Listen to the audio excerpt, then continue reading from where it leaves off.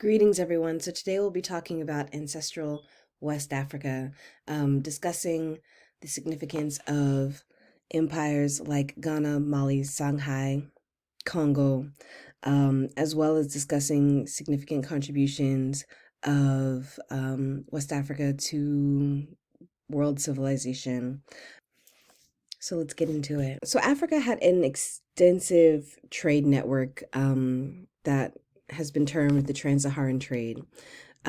These trade routes crossed the Sahara Desert and connected the Mediterranean countries, even in sub-Saharan Africa, and um, and connected North Africa to the west as well. And so some of the goods that were exchanged were salt, clothing, food, people, precious metals, ostrich feathers, more salt, and ivory. And the reason why I emphasize salt is because salt is extremely important because it was used for preservation of food, right? So this is an era prior to the refrigerator. And so salt was a critical resource. So this first brings us to ancient Ghana. So ancient Ghana was established around 1000 CE and comprised of modern-day Ghana, Senegal, Gambia, Mauritania, Guinea, as well as Mali. It was one of the most important West African states due to its position on the Trans-Saharan trade. Ghana was the halfway point between the desert, which was the main source of salt, and Bambouk, which was the main source of gold. And so Ghana became extremely wealthy through the taxation of salt. So every time someone who was carrying salt entered into Ghana, they had to pay a tax. And also when they left, they had to enter into a tax, or they had to pay a tax. And so one of the most renowned cities of Ghana was Timbuktu. Timbuktu literally means the well of Buktu.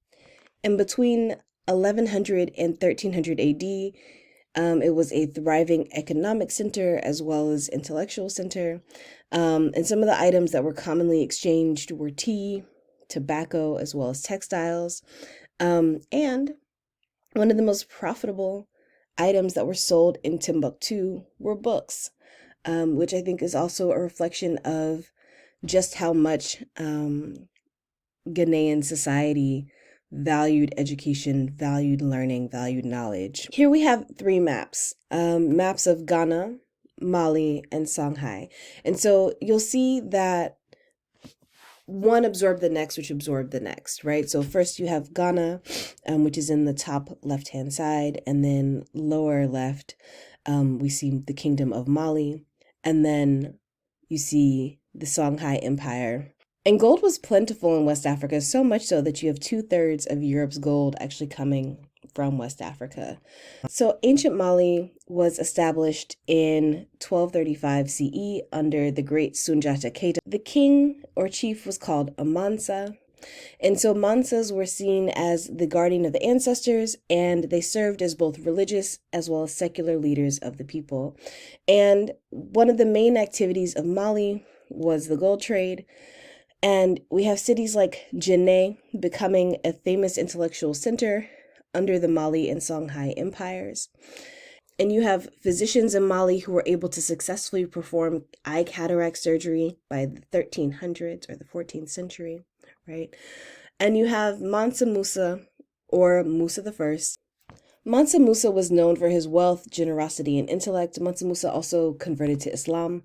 And we see many rulers converting to Islam at this time because you, by and large, have Muslims kind of running the Trans-Saharan trade, and people saw this as a great way to improve trade relations. So even though they might have also practiced their own traditional religions, at least on the surface, many people identified themselves as Muslim in order to improve trade, right, for economic reasons. And so we see Mansa Musa taking his pilgrimage to Mecca in 1324 and 1325, and he spent so much money, or I'll say so much gold rather, in Egypt that the value of gold fell and did not recover for several years. He basically single-handedly created inflation in Egypt, right? kind of impressive. And so also you have Mansa Musa, who was highly invested in the development of scholarly centers and the development of knowledge. And so on his pilgrimage, he would encounter scholars and invite them to come back to Timbuktu to contribute to this kind of growing wealth of knowledge, and developing Timbuktu truly as like the epicenter of intellect in West Africa. In 1460, you have the Songhai Empire replacing Mali. And Songhai had a far more centralized system of government than that of Mali. They used cowrie shells as the empire's internal currency, which is why we often see them being utilized as like a symbol of wealth even to this day. The majority of rulers practiced Islam and used it as a means to unite the empire and continued to build up Timbuktu as a center of trade and education. And we see this reflected in cities such as Walate, Jinne, and Gao. Located in Central West Africa, the Kongo Empire was unique for their voluntary conversion to Catholicism under King Nzinga Akubu, who, when he converted to Catholicism, his Catholic name was João I. And he asked Portuguese priests to baptize him. His thought process was, these Portuguese are around, and if I become Catholic, then this will be good for trade. And it'll be good for our relationship with this nation. Mind you, the idea of converting for trade was not new. We see this happening in Mali and Songhai as well. This idea that if we are all of the same religion, then oftentimes this is going to enhance trade. And so Christianity reinforced and complemented local Congolese traditions, such as the cruciform, which was seen as a powerful transitional space between the earthly and the divine.